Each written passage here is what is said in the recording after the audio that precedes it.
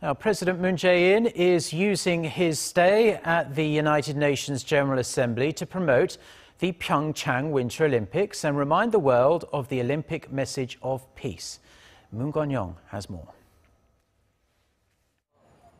It's day 2 of President Moon Jae-in's 4-day visit to New York, and already he's met with a number of global leaders on the sidelines of the 72nd United Nations General Assembly.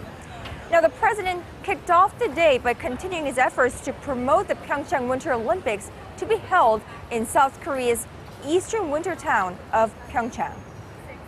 His first meeting on this Tuesday, talks with International Olympic Committee President Thomas Bach. And I'm sure that today we can discuss how we can really make these Olympic Winter Games together the success we want it to be.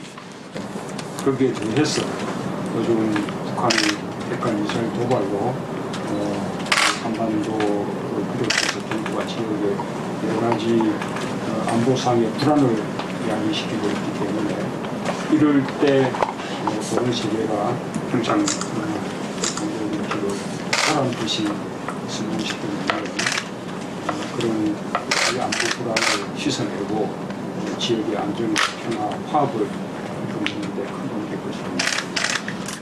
Since his arrival in New York Monday afternoon, South Korean President Moon has been seeking to assure the world community that the upcoming Winter Games in his country will be held peacefully, dismissing the possibility of any conflict with North Korea.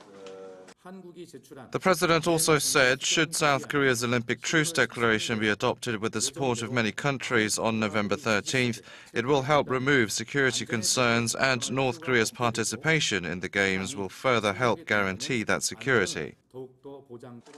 The tradition of the Olympic truce dates back to the 9th century BC in ancient Greece. The IOC decided to revive the ancient concept, and since 1993, the UN General Assembly has been urging member states to observe the Olympic truce from the 7th day before the opening to the 7th day following the closing of each Olympic Games. President Moon again called for collective efforts by the international community to swiftly and fundamentally solve North Korea's nuclear problem in a peaceful manner at a state luncheon hosted by the UN Secretary General in a UN meeting hall on this Tuesday. Over pan-seared beef and potatoes with 10 other world leaders, including U.S. President Donald Trump and Japanese Prime Minister Shinzo Abe.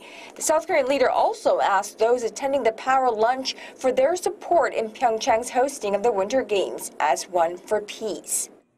And just a little while ago, President Moon Jae-in received the annual Global Citizen Award by the Atlantic Council, which is an American think tank in the field of international affairs. The council said it has recognized the President of the Republic of Korea for his lifelong dedication to the advocacy of human rights and democracy through his achievements as a human rights lawyer and his efforts to diffuse tensions with North Korea and contribute to regional stability.